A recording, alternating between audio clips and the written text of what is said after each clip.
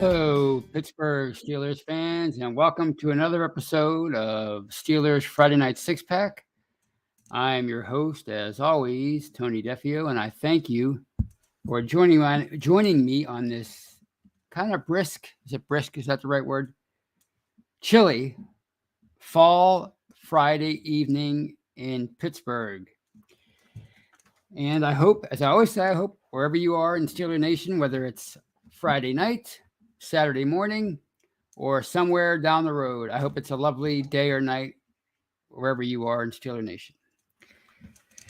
And before I continue with tonight's show, as always, I ask you to please like and subscribe to our Behind the Steel Curtain YouTube channel. We bring you live shows each and every day and night. Tate Boys joins us in the live chat, and he hosts We Run the North every Sunday with his buddies, and they offer great insight on all things AFC North related. They give us a great breakdown of what's going on with the Ravens, the Bengals, and the Browns as it pertains to our Steelers. So please check that out. Check out The Hangover on Monday with Brian Anthony Davis and Shannon White. Check out Touchdown Under with Matty Peverall and Mark Davison. That's every Friday at 5 p.m. Eastern Standard Time. That comes on a few hours before the six pack. Check out The Stat Geek with Dave Schofield and his brother Rich every Tuesday night. Check out Know Your Enemy every Wednesday night with Jeffrey Benedict and Shannon. Thursday, we have the very popular Steelers preview with Jeff Hartman, Dave, and Brian. Is that everything for the live shows? I think it is. And of course, you can catch all those live shows live on Facebook as well. And if you're watching me on Facebook right now, you know that.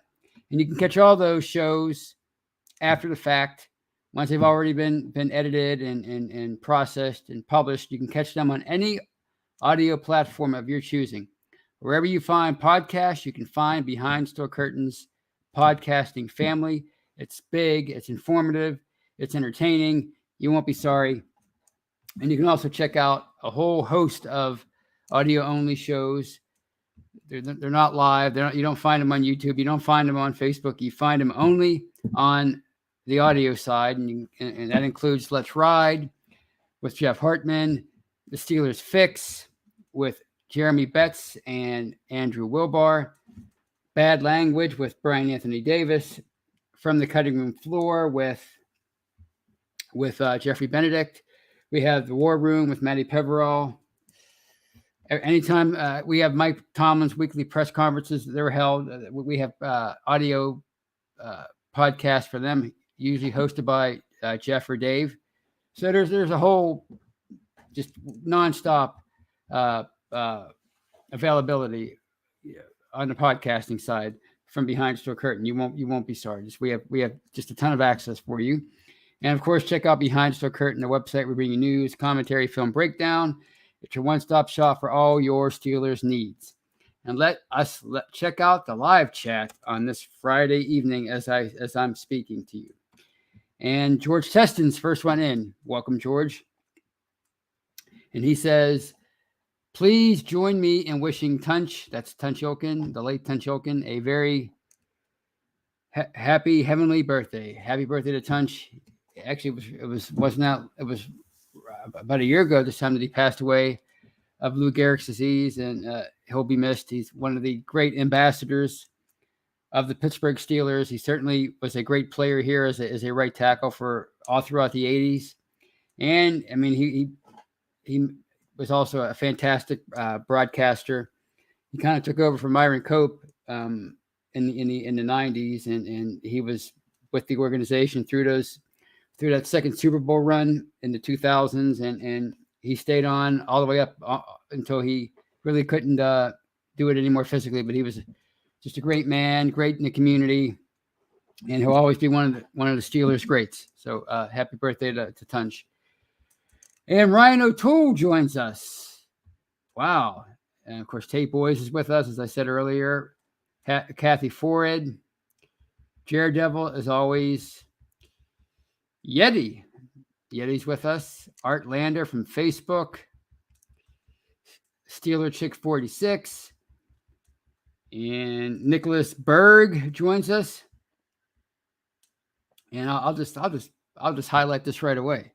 And Nicholas asks from YouTube, where are the Steelers' Iron Curtain football now? We have a Swiss cheese defense now.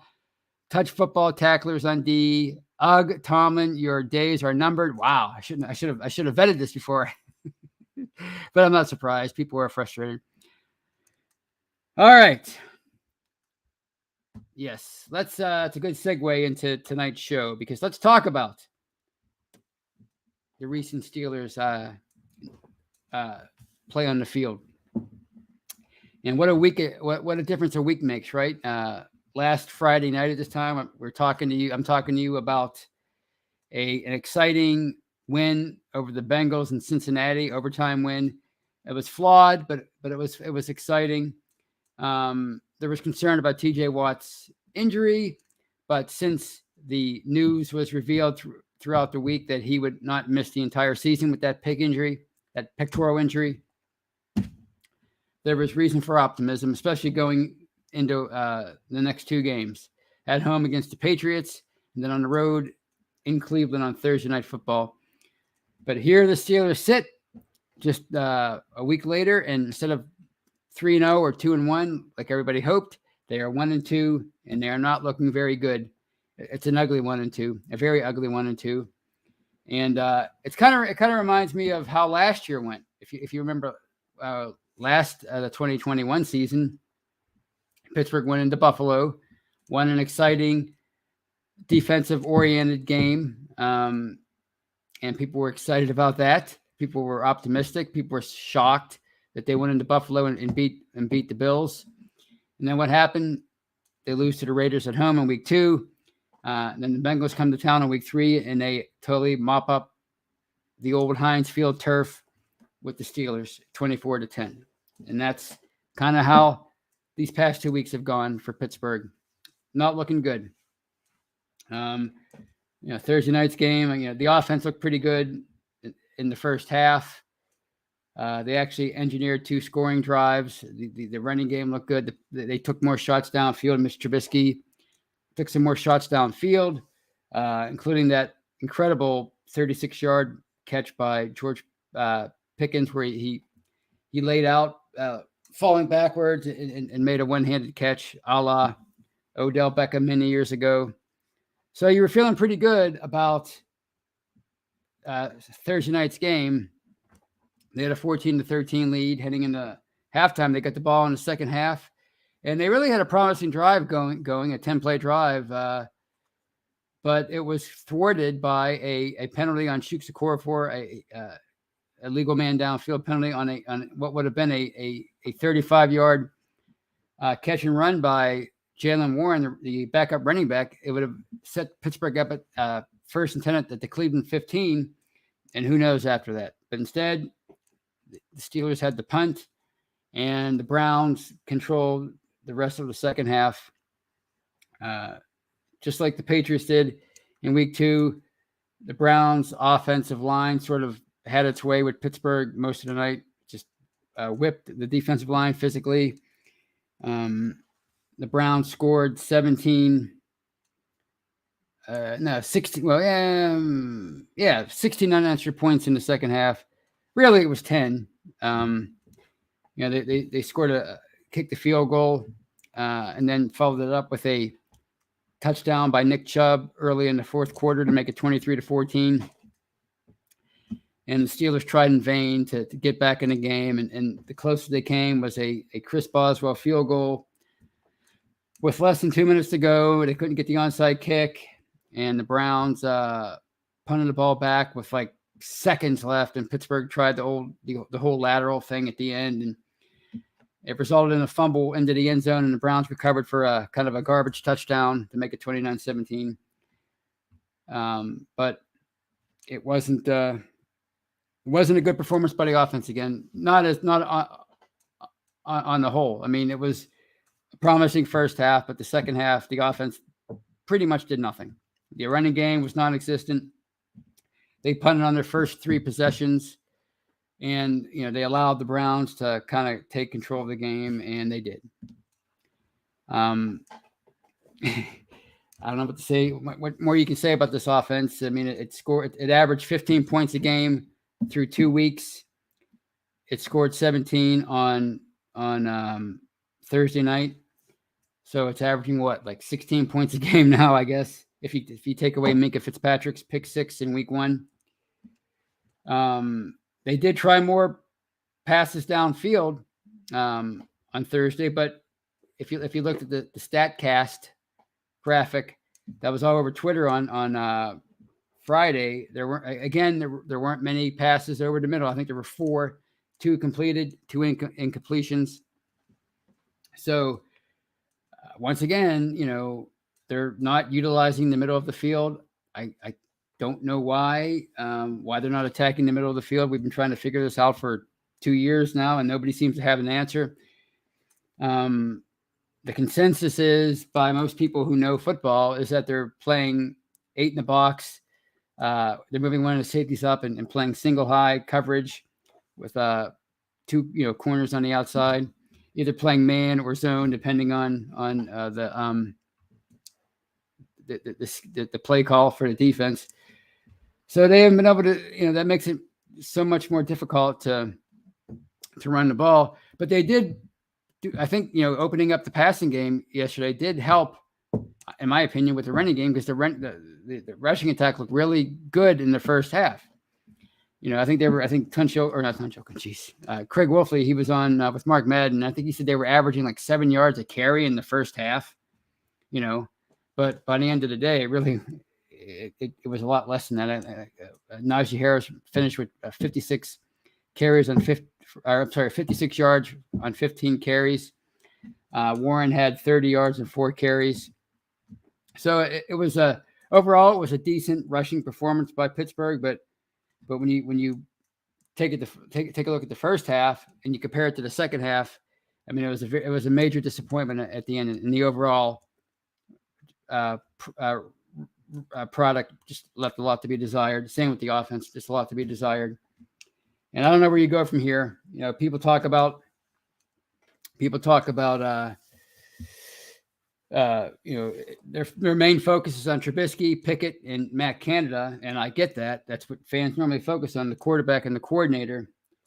But number one, they're not going to fire the coordinator at this juncture. That's just not what the Steelers do. And Mike Tomlin said that there were not going to be any changes heading into Week 4 with the play calling or at the quarterback. Trubisky's going to start. So I don't know. All the talk about Kenny Pickett starting in Week 4, evidently it's not going to happen. And I'm not so sure I want it to happen now anyway. I mean, I think, if Pickett's ready, then I wouldn't mind seeing him go in. But is he ready? We don't know. Sometimes you don't know if a player's ready till you throw him in there. But what would that do to his development? Is he, what's best for Kenny Pickett is ultimately what's going to be best for the Steelers, because as we know, the quarterback is 90% of the equation. I mean, not officially 90, but it's the majority of the equation when it comes to building a successful football team. And if you send Pickett in there and there's a monster stretch coming up with the Bucs and the Bills and these teams, and he really struggles and loses confidence, then that might hurt his development. So I'm not sure if this is the time for him to go in or not. If they have to sacrifice a half a season or a full season to make sure that Kenny Pickett's ready, then so be it. I don't know. I don't know the answers. I really don't know. We talked about this on Monday on The Hangover with Brian and Shannon and yours truly, and we argued back and forth for an hour, and nobody could really come up with an answer. And like I said, if they can't come up with if they can't find a solution for this offense, how can laymen like us, people who really aren't football experts, figure out the answer? All we can do is debate it, share our opinions. We just don't know what the answer is. All we know is it hasn't been working for 2 years, and I guess the one thing you could take from Thursday's game, or some of the things, some encouraging things you could take from Thursday's game. The line played better, I thought, and they seem to be getting better each and every week. I think that's been pretty obvious. Week 1, they struggled. Week 2, they got a little bit better. In week 3, they probably had their best game. George Pickens, that catch was spectacular. He but he didn't do much beyond that. Trubisky looked a little bit better. The running game, as I said earlier, looked good in spurts. Deontay Johnson had a nice game. And, things may have been different for Trubisky had he been able to hold on to a deep pass down the left sideline. I think it was in the third quarter. They were trailing 16-14. And it would have been kind of a tough catch because I think the the cornerback that was covering him kind of had like a hold of his right arm, and he would have had to kind of make a one-handed catch, like a one-arm catch. But hey, he's the big guy on campus now, meaning Johnson. He's the one getting paid all the money. You're supposed to make a play for your quarterback every now and then. We saw that last week in the Patriots game. Nelson Aguilar against Killer Witherspoon ended the first half, and Mac Jones let loose with a go ball down the right sideline, and it looked like Witherspoon was in position to make a play, but Aguilar jumped over him, caught the ball, took it in for a touchdown. So sometimes you have to, if your quarterback throws a 50-50 ball, you have to try to win those battles every now and then. And that's such an emphasis for these receivers coming into the league now. They have to be, these coaches and scouts, excuse me, want them to be good at combat catches. Not to say that Johnson is, Chase Claypool or Pickens or Juju back in the day, but you like to see these, if you're a talented receiver, you need to be able to beat your man and physically and make catches like that. So it might have been different for Trubisky. We might have a whole different attitude about him today. If Johnson makes that catch, if that play early in the third quarter doesn't get overturned because of that penalty on a core 4. So it might have been a completely different outlook if you throw those 2 plays in there. But the fact of the matter is, you can't add those 2 plays into the equation. And you're left with a big picture that's just been pretty ugly in 2022, just like it was ugly in 2021 with Ben Roethlisberger and a few different other pieces to that offense. So I don't know what the answers are. I mean, maybe they can build on a little bit of what they did on Thursday moving forward. They're going to have 10 days to prepare against the Jets. And if they can maybe come out of that game with a solid and thorough win, then maybe that might boost the confidence of the unit moving forward. But I'm not counting on anything, by the way. I don't trust this team against anybody right now. And it's not because they lost to the Browns, because I think the Browns were a better team with Jacoby Brissette at quarterback than people thought going into the season. And I'll share more on that in a bit. It's not because they lost to the Browns. It's because they make every defense in the league look like the 85 Bears or the 2000 Ravens or the 08 Steelers or the 76 Steelers, whatever defense you want to name. And it's been going on for 2 years. They make every defense look so strong and dominant that, every game that they're in is going to be close. I don't, when was the last time they really blew anybody out? You have to go back 2 years, I think, to find a thorough Steelers win. So that's why I don't trust them even against the Jets. So, and if you look at that, if you watch the highlights of that Jets game, that crazy comeback against the Browns in week 2, their offense looked much better than anything the Steelers have done in 2 years. And that's with Joe Flacco filling in for Zach Wilson at quarterback. So, I don't, the way the Steelers are going right now, the way they look, I don't consider any opponent they go up against to be lesser, quote unquote, lesser competition. So, but again, they are going to have a week and a half to prepare this little mini bye that they're on now with Thursday night out of the way. And maybe they can find some answers once and for all with this offense. As far as the defense, and I know it's not going to be very popular, but and I wrote about this the other day. I think the defense is almost just as much to blame for this 2-game losing streak as the offense is. And especially like after the Patriots game, when people were saying, and they say this often after the Steelers lose a game where the offense doesn't come through and the defense kind of holds its own and keeps the team in the game. The defense did enough to win. It did enough to beat the Patriots. They only gave up 17 points. How can you say they deserve blame for that loss? Come on, Tony. What is wrong with you? If you give up 17 points in the NFL, you should win that game. Okay, maybe big picture, you can say that.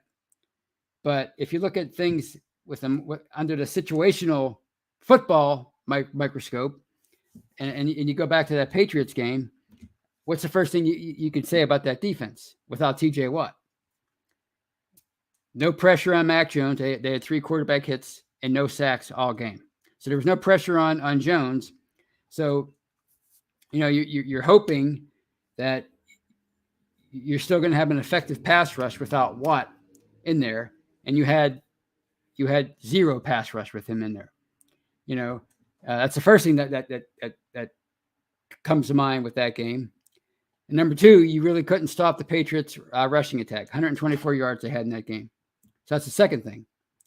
The third thing that stood out is every key moment where the defense had to stand up and make a play in that game, they didn't do it.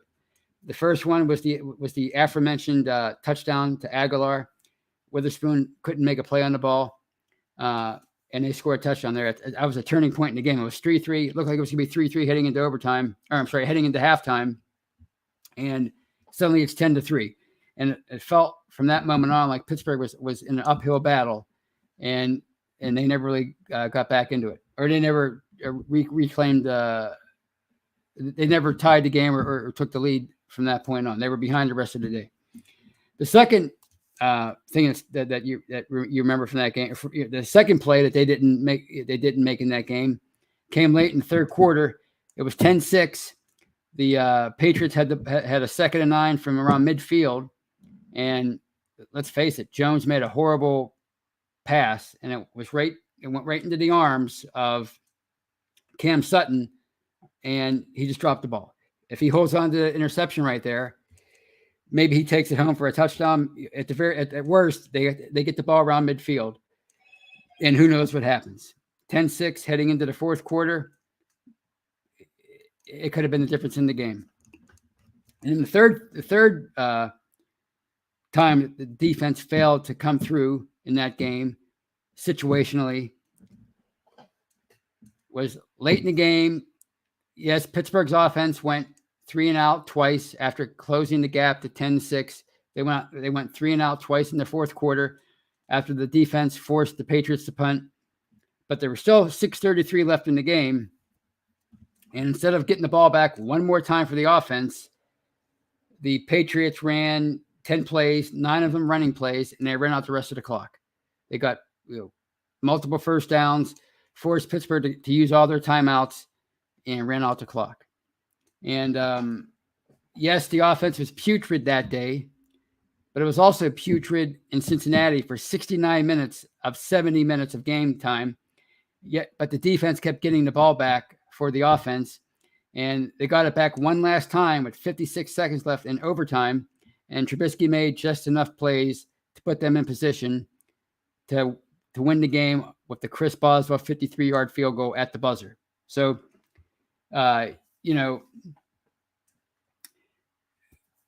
what stands out to me from that Patriots game is the defense just looked average. It looked, okay. It looked, good enough to keep them in the game, but it wasn't the same effective defense that you see with Watt in there. And that was the same thing on Thursday night against the Browns. It was okay. And they even actually got a couple of sacks. Highsmith had 1.5 sacks. Ogunjobi had a half a sack. But the pressure on Brissette wasn't really there. They only hit him 4 times. and he looked pretty comfortable in the pocket. And of course, the running game was even better than what the Patriots were able to produce. 171 yards, 113 by Nick Chubb and a touchdown. That's in 2 games. They've allowed 295 combined rushing yards without TJ Watt. They've had 2 sacks and 7 quarterback hits without TJ Watt. They've had 1 takeaway, that was against the Patriots, Minka Fitzpatrick, without TJ Watt. It's the same defense that had 5 takeaways and 7 sacks with TJ Watt in week 1. So to say, and this takes me back to last week and after the Bengals game, and I remember talking, that the hangover after the Bengals game, Brian mentioned, well, if fans are insisting that the season's over, that's an insult to the other 52 guys on a team, because they're still going to try to fight, and there's a lot of talented players on this team, and I think so too, especially on the defense. You got a lot of high profile guys on that defense, even without TJ Watt. You got Cam Hayward, obviously, Tyson Alualu, Ogunjobi. Highsmith seems to be coming on as a young outside linebacker. Obviously, Fitzpatrick, that first game that he had against Cincinnati, he threw his hat in the ring for Defensive Player of the Year. So you thought that, okay, this defense is going to be better even without Watt. Obviously, Alualu's back in there. And you got Ogunjobi taking the place of Tuitt, and both Tuitt and Alualu were out last year. You have an upgraded inside linebacker with Miles Jack taking the place of Schobert. Devin Bush had a pretty decent first game. So, you were expecting better from this defense without Watt, because what you got without Watt last year was an 0-4-1 record in games that he either missed or had to leave due to injury, or was compromised due to injury. So you were expecting better this year because you had a better overall cast, or so you thought, on defense. And yet here we are 2 games into his absence. I don't know how long it's going to be. It's going to be at least a month, maybe 6 weeks. And this defense looks totally lifeless and like it has no teeth. And this is why people were so despondent after that week 1 win. This is why they were hesitant to celebrate that week 1 win. And that's why some people went so far as to say the season was over after that week 1 win, because this is what TJ Watt means to this defense. And again, you wouldn't think he would mean this. I mean, obviously he's the best defensive player in the NFL, at least one of the best defensive players in the NFL. He's the reigning defensive player of the year.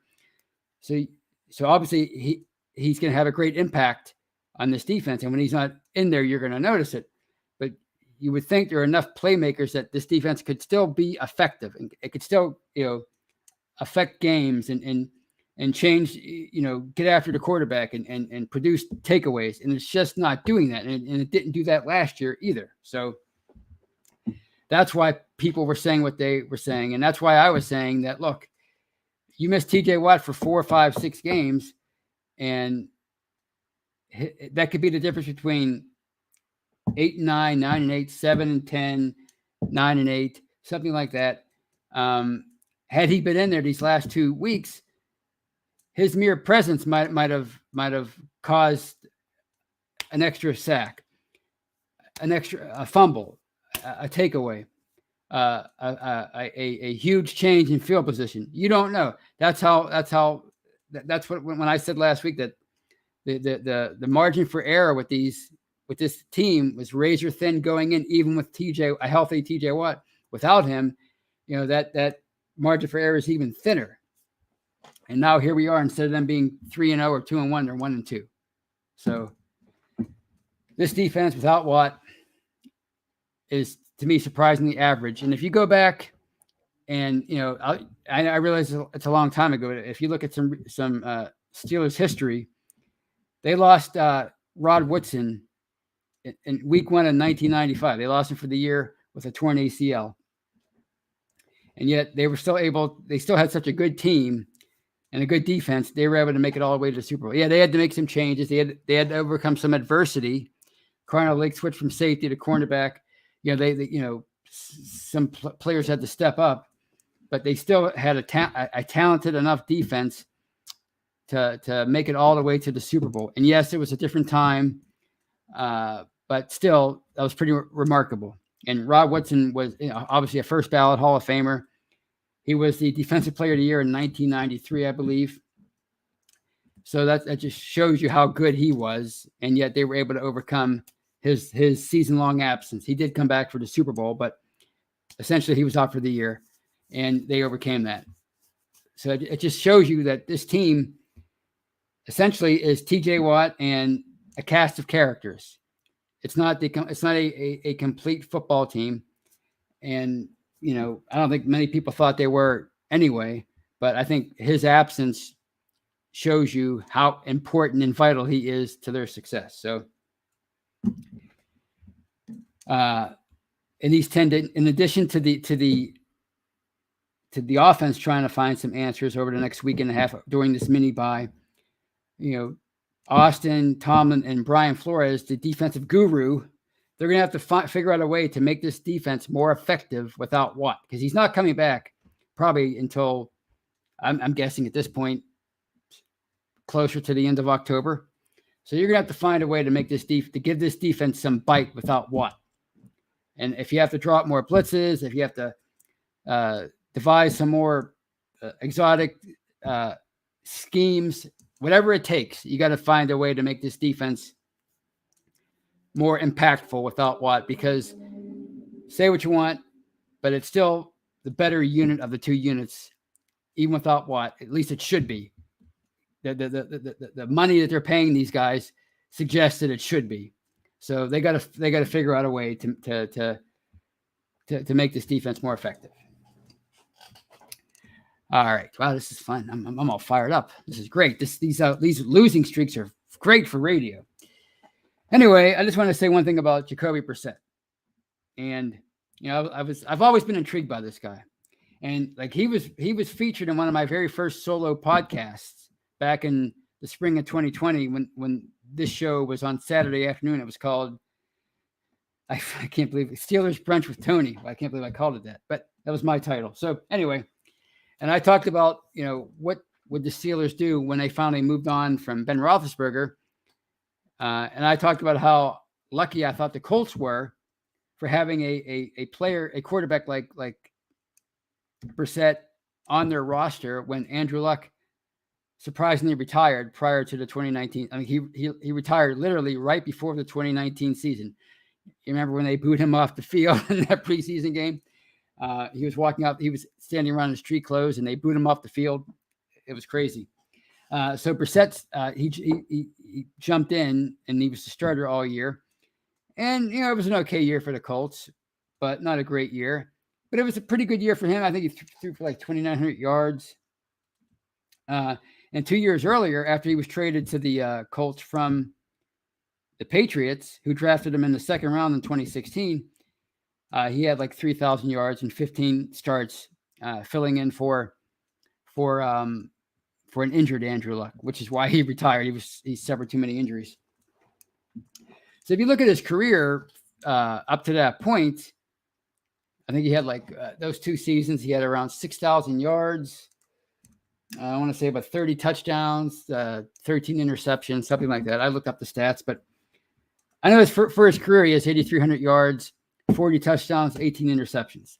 That's not bad for a guy who's never really been given the keys to the offense wherever he's been.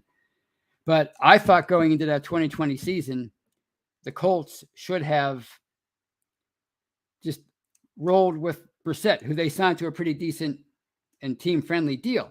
They should have rolled with Brissett as their quarterback. They should have given him the entire offseason to prepare to be the man for that offense. And he was 27 years old or 26 years old at the time. But what did they do? They got in on that veteran quarterback free agent sweepstakes that was going on in 2020 with, Tom Brady and those guys. And they went out and they signed Phillip Rivers, who was, he had 1 foot out the door, basically. They signed him. And the Colts, they had a pretty good team in 2020, but they didn't really do anything in the playoffs. And then last year, they moved on from Brissett. he became the backup in Miami, and the Colts went with Carson Wentz, and they were even worse last year. And now this year, they signed Matt Ryan, or they traded for Matt Ryan. I think they traded for him. And now they look like one of the worst teams in football after 2 weeks. They tied the lowly Texans in week 1, and they got blown out by the Jaguars in week 2. And, they seem to be getting worse and worse and worse. And one wonders what they would look like right now if they went with Brissette and allowed him to develop as their starter over the past couple seasons. So when people were saying heading into 2022 that the Browns would be just bottom feeders with Brissette in there taking the place of Deshaun Watson while he was suspended for 11 games, I personally didn't think that was going to be the case, because I've always liked Brissette and I always thought he was pretty solid. And I was talking about this with some friends during the summer, and they were saying things like, "Oh, he's being outplayed by Josh Dobbs in the preseason." I'm like, you can't really. What really can you glean from the preseason? Sometimes it's a lot. There's a lot of fool's gold that goes on in the preseason. And sure enough, I mean, Brissette has looked pretty darn good through 3 weeks, and really, the Browns should be 3-0 with him as their starter. That week 2 game that just that had nothing to do with him. That the defense imploded in the last 2 minutes. The special teams failed to recover an onside kick, and they blew a 13-point lead in under 2 minutes. That had nothing to do with Brissette. So I figured with Brissette taking over for this talented Browns offense, led by Nick Chubb and Kareem Hunt and Amari Cooper and David Njoku as a tight end, and a fantastic offensive line, I thought that the Browns would be okay without Watson, and sure enough, they are. And it looks like to me like the Steelers are the worst team by far in the division, even worse than the Bengals at the moment, who they defeated in week 1. So it's gonna be a long road for this team if they can't figure something out on offense and defense moving forward. I mean, they have the Jets coming up, and then it's a hard road after that. A lot of strong teams they have to face before they head into the bye. So those are my thoughts on Jacoby Brissette. I don't know what it is about the guy. Maybe obviously the scouts and the coaches around the league and the executives, they know more than I do. But I must really be missing something about this guy, because I always thought he was someone that you could allow to develop into a good to maybe even great quarterback. He's not as athletic as Trubisky or Josh Allen, but he looks like he can move around well enough, and he's got a really good arm, and he looks comfortable back there, and he seems to make most of the right reads. If the Browns receivers didn't screw up a couple times on Thursday, he would have had an even better game, and it might have even been a blowout for the Browns.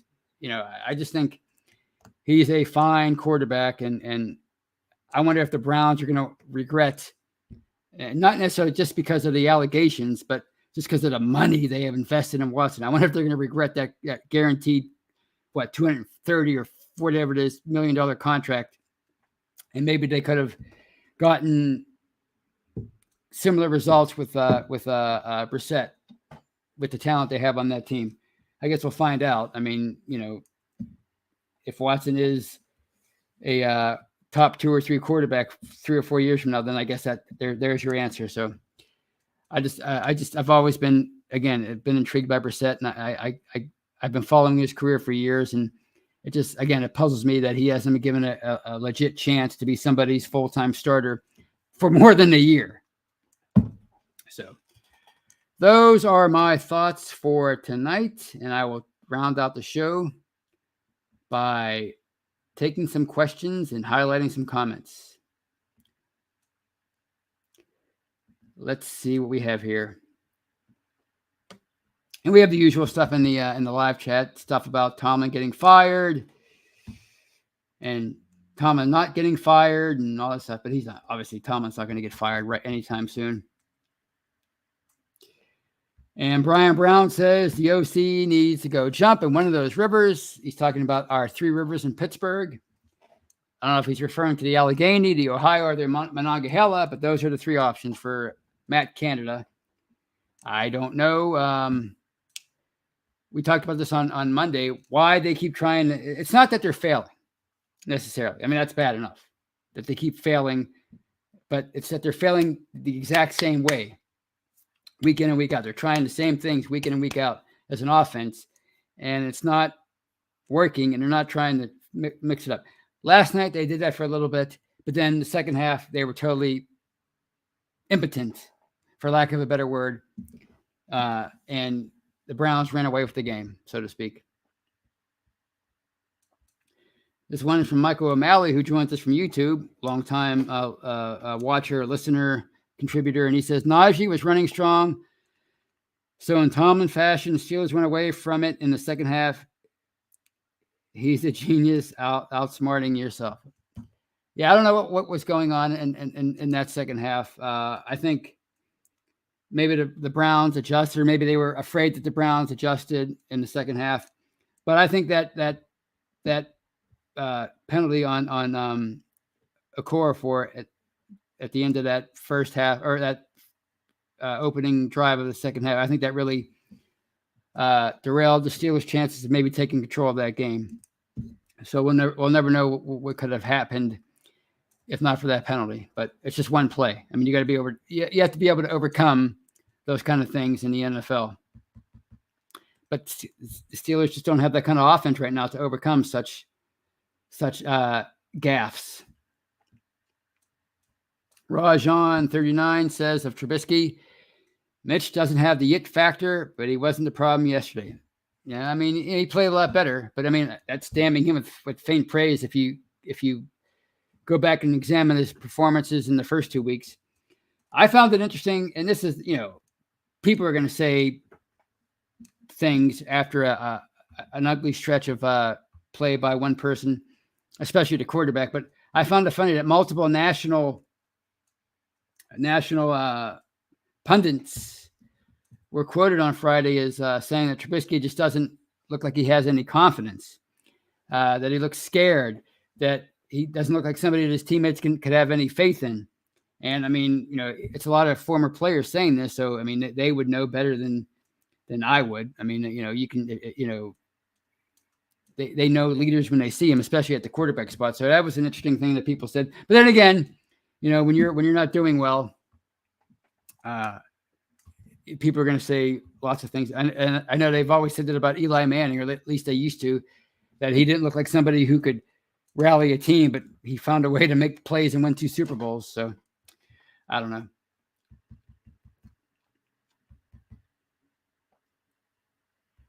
This one's from Trill Rants and Reviews, and he's talking about Jacoby Brissette, and he said he came from that New England circle and is a solid quarterback. I agree. It's just puzzling. Again, it's puzzling that this guy hasn't been given more of a chance. Now he's 30 years old. I mean, he might be past the point where he can have a long career as a starter, but who knows what may have happened had he been given a real chance 2 or 3 years ago.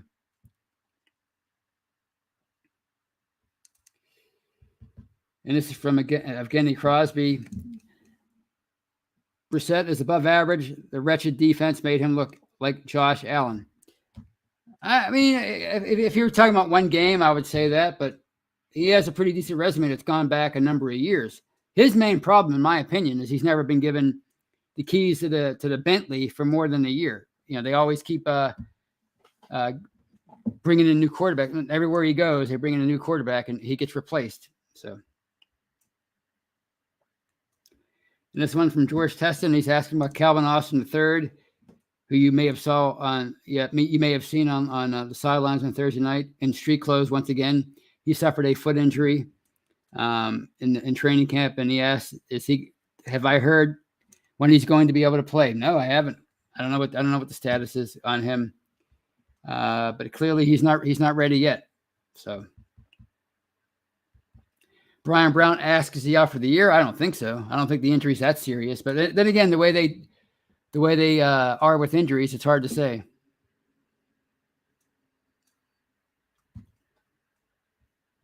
Rajan says it's early and people are trying to fire Tomlin. I mean, that goes with being the head coach in the NFL. They've been trying to fire Tomlin for 10 years, really, if you think about it.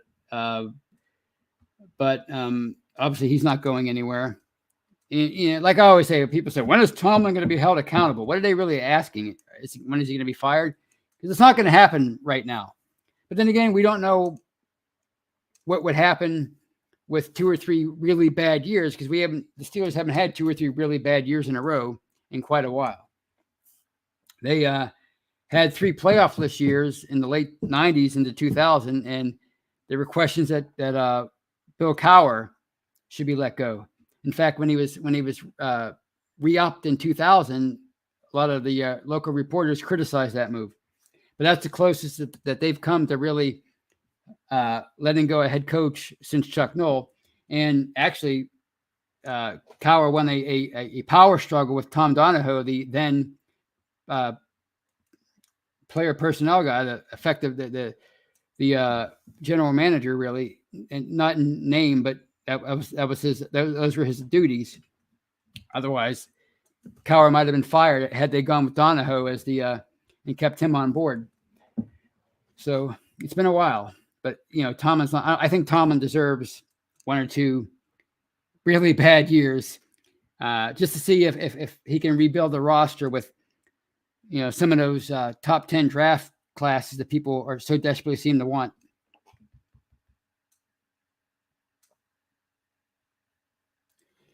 And this one from George, who says, think the Steelers should fire Tomlin, Cannon, and bench Mitch so they can get some good draft picks like a clown team?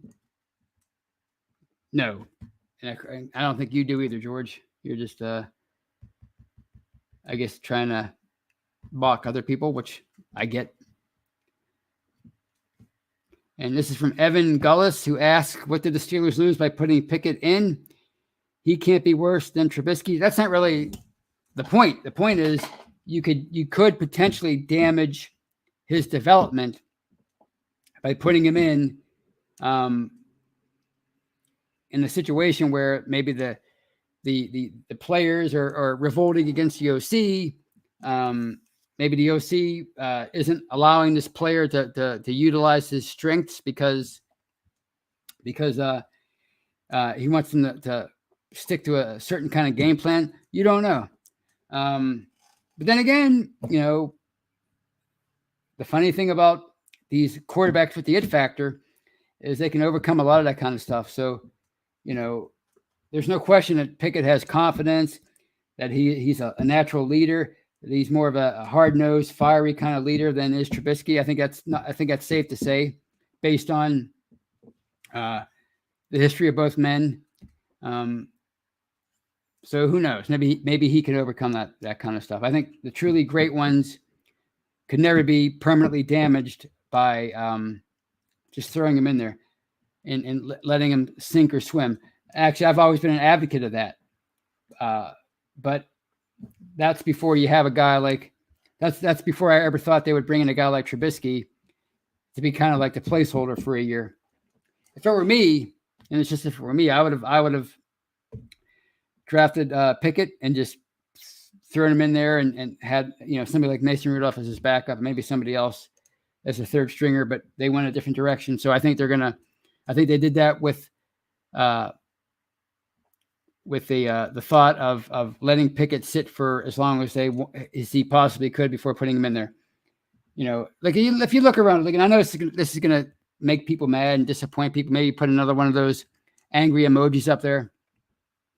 But if you look at the true contenders in the NFL and you compare them to what the Steelers are doing and what they have been doing for a couple of years, it's like they're on a completely different planet than what.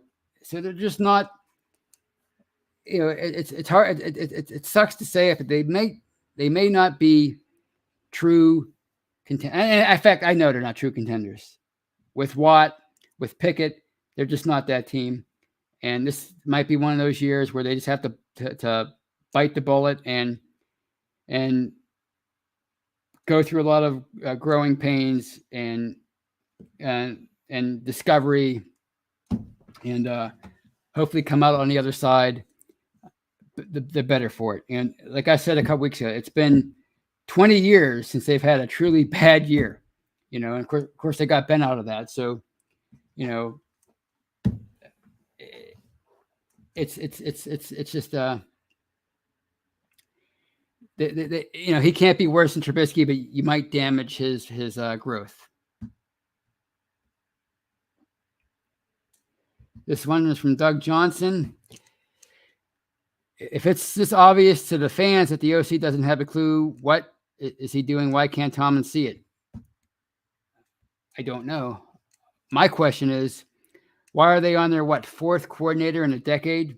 I mean, that says something right there. Maybe it's not just the coordinator. And in this case, I've never been a huge fan of Canada. But, I think another factor with this, and this is something that people don't want to acknowledge, and this it's gonna it's the elephant in the room that people really haven't talked about a lot. They're talking about Trubisky, they're talking about Canada, they're talking about Pickett, fire Tomlin. But this offense has gone through a major overhaul over the last 4 or 5 years. I mean, this offense was the envy of the league from 2014 through probably 2018. And you look back just 4 or 5 years ago, this offense that was littered, I'd say the word littered, but it was full of first-team All-Pros at every level, offensive line, obviously the quarterback, receiver, running back. It was a decorated unit. You talk about the Patriots, the Saints, a couple other offenses, the Falcons at that time. The Steelers were in that class. They had Martavis Bryant, obviously, as alongside Antonio Brown, greatest stretch of receiver play in the history of the NFL. Le'Veon Bell, for 5 years, the best in the business at what he did at running back, 2,000 yards from scrimmage. Obviously, you had peak Ben Roethlisberger. You had Pouncey, DeCastro, Al Villanueva, Ramon Foster, Marcus Gilbert. You had Mike Munchak coaching the line.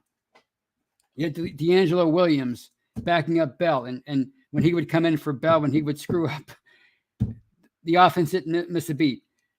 Juju came in and succeeded Martavis Bryant and was a dynamic player for a couple of years. This offense was fantastic.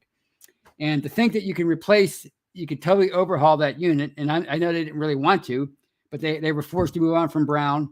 Bell forced them to move on from him. The line got old. Ben got old. They fired Haley. They brought in Fichtner, or they promoted Fichtner. They fired him. Now they have Canada. Ben is gone. To think that you can go from a unit that was Super Bowl caliber, too bad the defense wasn't, but if you paired that defense of the mid-2010s, I'm sorry, that offense with the mid-2010s with that defense from the 2000s, they might have won another Super Bowl or two. That's how good that offense was. And to go from that and completely overhaul it, and to think that you're going to even come close to what they were able to do, probably foolish to think. It's like when the Super Bowl defenses got old in 2011, 2012, and people were like, "Why? What do you mean this defense isn't good anymore?" And you can clearly see that it wasn't. And why wasn't it? Because you didn't have peak Troy Polamalu. You didn't have James Harrison anymore. You didn't have a prime Casey Hampton, Aaron Smith. Ike Taylor was getting old. Ryan Clark was getting old. And they just weren't able to get after the quarterback anymore. They weren't able to take away the football anymore. And then so they had to get rid of all those guys and bring in new people like Ross Cockrell. Willie Gay was their top corner for a couple of years. People like Steve McClendon were replacing Casey Hampton. They brought in Jarvis Jones, and he was a bust at outside linebacker to replace James Harrison. Lamar Woodley got injured, and he was out. So that's what you're dealing with now with this offense. You're trying to replace an elite unit with a bunch of new guys, and it's no wonder that they're not even close to what they were able to do. To me, that is good enough for at least a touchdown less a game, and that's what you're seeing right now from this offense. So, it's not just Trubisky and Pickett and Canada, and there's a lot of things involved. It's one thing to talk about how you're exhausted with Antonio Brown and his antics, and Bell and his antics, and Ben and his antics, and you want to move on from all those guys. But this is the end result. When you move on from all that talent in a short period of time, you're left with these kind of struggles. And I guess that's all I'm going to say. That was quite the rant at the end of the show, wasn't it? But it's still early. That's the good news. There's still time. There's 14 games left. That's the great thing about having that extra game. There's 14 weeks left. In a normal year, they only have 13 games, and that might be a little harder to get back into things. But they have this mini bye. It's time for them to go back in the lab, figure some things out, and we're going to help talk about those things that they might try to figure out over the next 10 days. So please keep checking back to Behind the Star Curtain, the website and the podcasting platform. We're going to continue to have great coverage for you. You won't, again, you won't be sorry. And we'll get through this together. We'll get through this together, this transition phase. And before you know it, who knows, we might have a hot streak to be talking about. Maybe next time I'm talking to you. Well, not next time. That's next Friday. Who knows? Maybe a few weeks down the road, we're talking about a hot streak. And wow, this offense is fantastic. And this defense with TJ Watt, Alex Highsmith, what's gotten into him? He's got 10 sacks. Who knows? So it looks pretty bad right now, but that's the great thing about sports. It could turn around any second, and who knows? It could be starting with the Jets in a week and a half. So please keep checking back to our site, and again, we'll get through this together. But until the next time, until I talk to you on the Hangover with Brian and Shannon on Monday, you guys have a great weekend. And as always, go Steelers. Take care, everybody.